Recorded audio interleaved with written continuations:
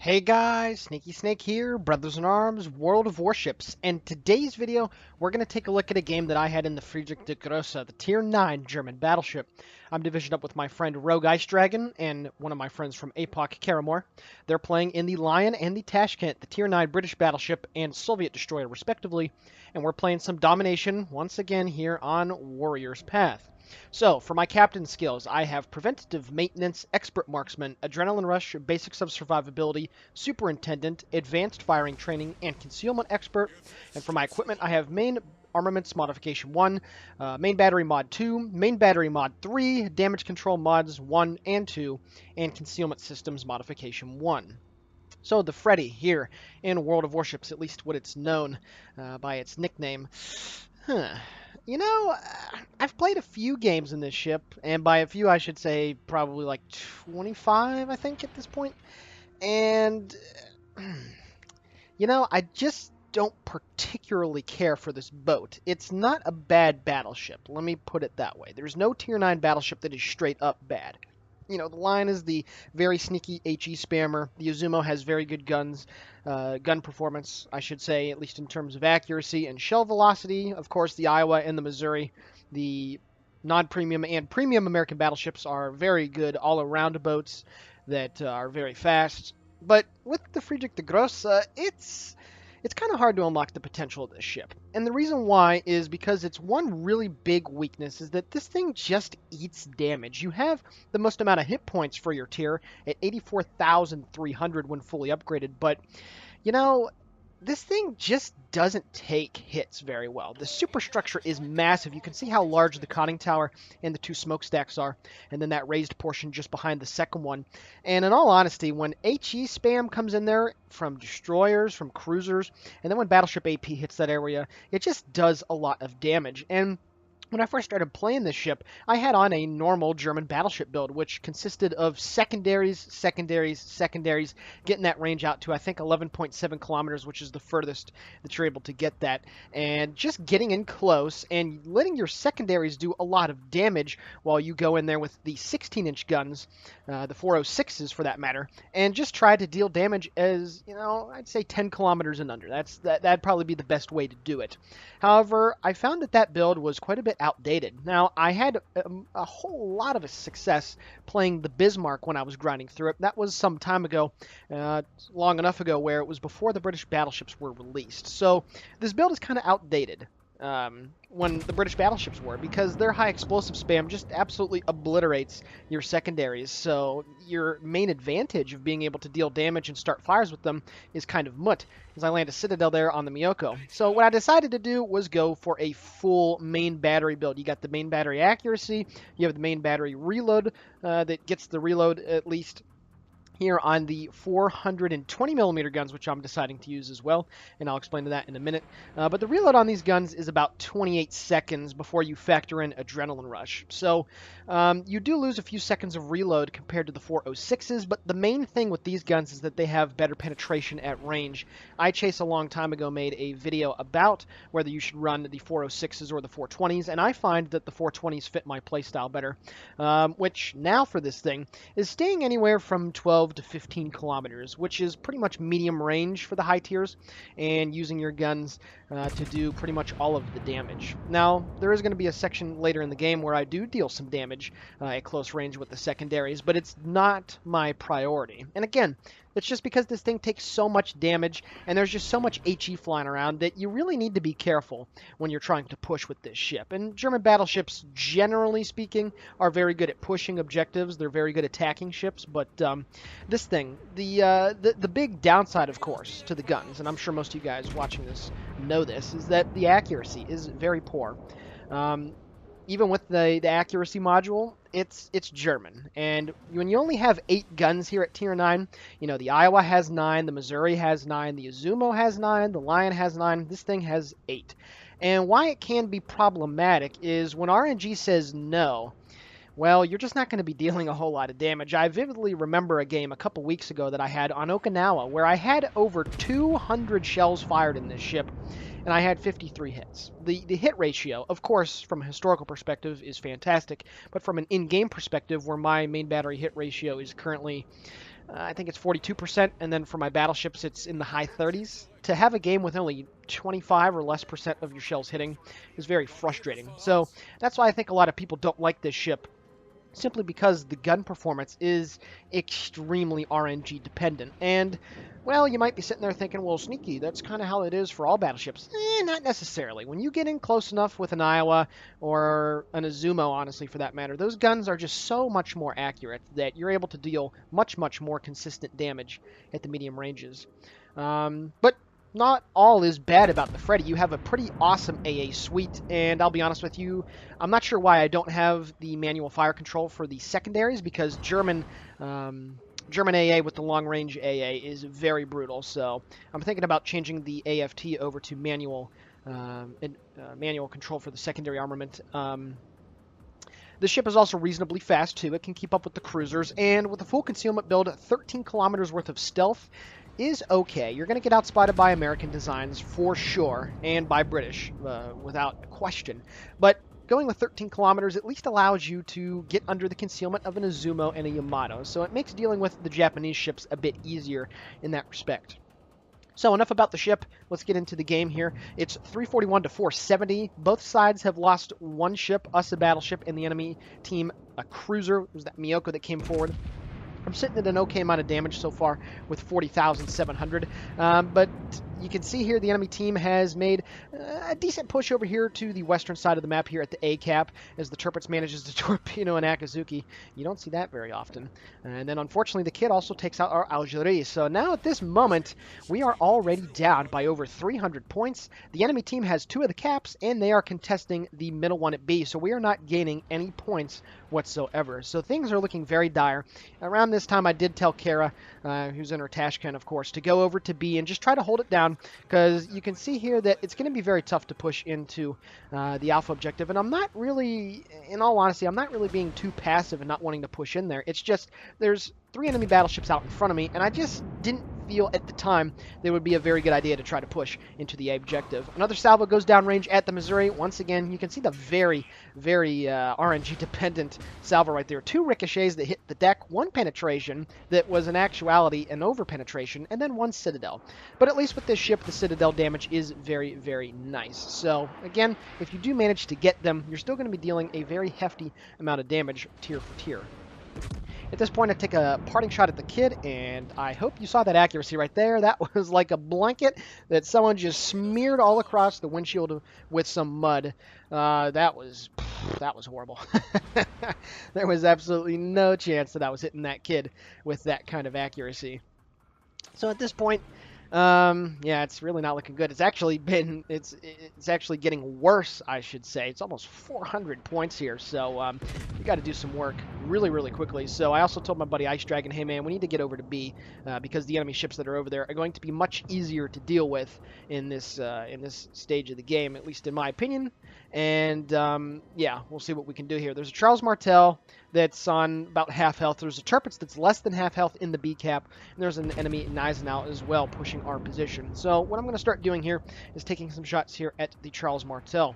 And actually that dispersion right there with just the 2 forward guns was honestly a-okay. It's a shame that my aim was slightly off and only 1 shell managed to hit.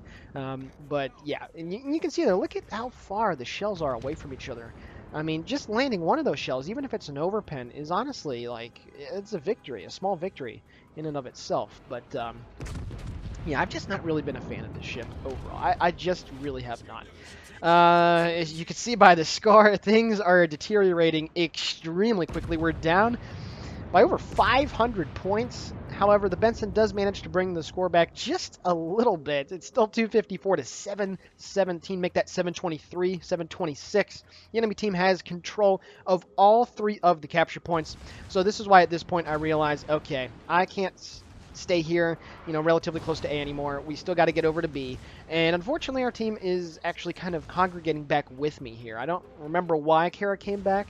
I'm sure it wasn't for anything too serious, but at this point I just told them, hey, I'm just going to go push into B and see what happens. Now I do manage to take care of the Charles Martel, that tier 8 French heavy cruiser with 2 penetrations that go right through the bow, and now at this point I have to be very careful with this Gneisenau. Now you can see here that my secondary battery, well, really isn't doing all that much. When you do not have on the secondary's captain skill and equipment, it's just so inaccurate, even here at the high tiers, where the Freddy does have a very potent and very dangerous secondary arrangement. I shoot right at the bow of the Gneisenau, very, very unlucky. 5 over penetrations for 6,700 points of damage dealt.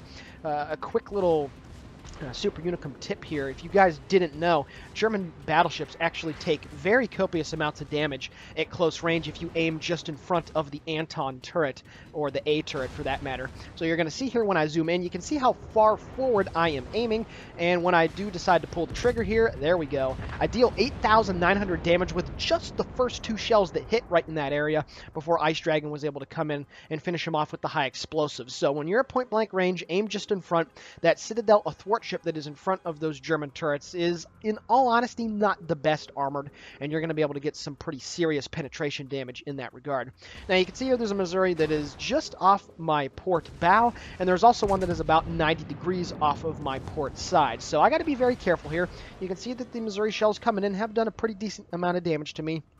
I was very lucky that that last salvo only had, I think, a few over penetrations for about 5,400 points of damage. But luckily for me, I do manage to set a fire there on the Missouri. Now, Kara does manage to take out one of the kids, and actually she made a really nice play getting over to the A-cap and taking care of a couple enemy destroyers, I believe. So at this point, I'm not all alone. Ice Dragon is still coming back over here with me. But you can see, even at 6.7 kilometers, the shells just going all over the place. I do manage a couple over penetrations, but, you know, it was just very, very bad, to be honest with you. Now, one thing that I've neglected to mention thus far is that the high-tier German battleships do have access to hydroacoustic search. So while they do turn extremely sluggishly, they are at least able to spot torpedoes from a long distance away, and enemy ships as well. And I'm actually going to use it to help kill this enemy Neptune. Now, we're still down by a crap load of points. It's 359, make that 389 to 802. Kara manages to take out that second enemy destroyer that was over there. So now she is getting the A-cap taken care of. You can see the enemy Neptune that pulled back out here. But I was anticipating it, and even though I don't have my hydroacoustic going, I had a feeling that he was going to try to back up there when he was last spotted on the map and try to get some torpedoes my way. So thinking a couple minutes ahead there, and I was able to keep myself from getting torpedoed by him. However, I've only managed to land 63 secondary hits, and not even all of those have been on that Missouri that are behind me, but I have been able to chunk him down to a decent amount of hit points with the help of Rogue Ice Dragon, and there we go. I set yet another fire. RNG coming in handy right there. Now I'm going to swing all my guns into play here against the Missouri. Kara is almost done capping the A-cap with the Benson, and we should be able to take care of this Missouri here really quickly. And once again, 3 pens it claims, but all of those were over penetrations. And then you're going to see here taking some mad damage right into the side of the belt. Over 20,000 points of damage. Aiming up high on these German battleships when you're at close range is the other way to just deal absolutely massive amounts of damage. Now you can see here my hydroacoustic does come back up, and once again I was anticipating this Neptune dropping his torpedoes, so that's why I was really reining in my speed as I was getting ready to go around the corner. But at this point I don't have to worry about it. So now I am spotting this guy for my friendly team, and they are getting some very, very nice shots. The Neptune gets chunked down to 27,000 hit points. He is using one of his heals right now, and any second now a few more shells are going to come in and do some serious good damage to this guy. I'm also looking for a very cheeky shot here at the Missouri, waiting for that mountain indicator to go away. However, I got to pull the trigger right here, and I'm at least going to get the rear turrets out and about there at the Missouri. Will I do some damage? There we go. RNG coming in handy with only 4 shells, 2 hit, 1's a Citadel, up to 140,000 points of damage. And now as this Neptune is continuing to be spotted by my Hydro, oh boy, he goes down to 850 hit points. Ice Dragon loads some AP there in the line, doing some really nice work. Puts him down to 25 with the secondaries, and any second now, Kara manages to pick up the kill. I believe that's her 3rd kill so far in the game. And what was once looking extremely bad for our team is now much more manageable. Looking for a very long-range shot here at the Colorado, almost 20 kilometers. We have since been able to get onto the B-cap, and now myself and the Mogami are going to move over to the C-cap and take care of business. The shell's fallen on the Colorado, and there we go. 3 penetrations for about 9,000 points of damage. At that kind of range, that is some very excellent stuff.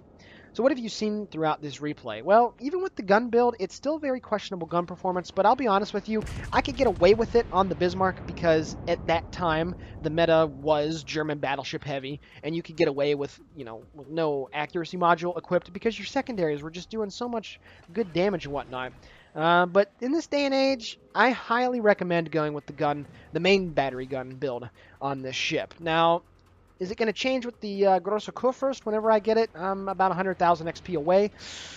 I don't know. See, you could probably get away with it on that ship because at the end of the day, it does have 12 guns instead of this 8 that you have here on the Friedrich the Größe, but I haven't made that decision yet. I've tried the Größe first out on the PTS a few times with the secondary build, and I've noticed that it's A-okay. But for those of you watching this video that do have the Currywurst, please let me know what build that you have. I'm interested to see what you guys here what you're running on that. So we got 5 minutes left in the game. There's 3 enemy ships left compared to our 7. A very hard carry that we've been pulling on right here with the help of our friends. That Benson, I'd like to give a shout out to him, doing some good work over there at A with Kara. And I'm looking to get the killing blow here on this enemy Missouri and pick up my 2nd kill of the game. We'll see if I'll be able to do that.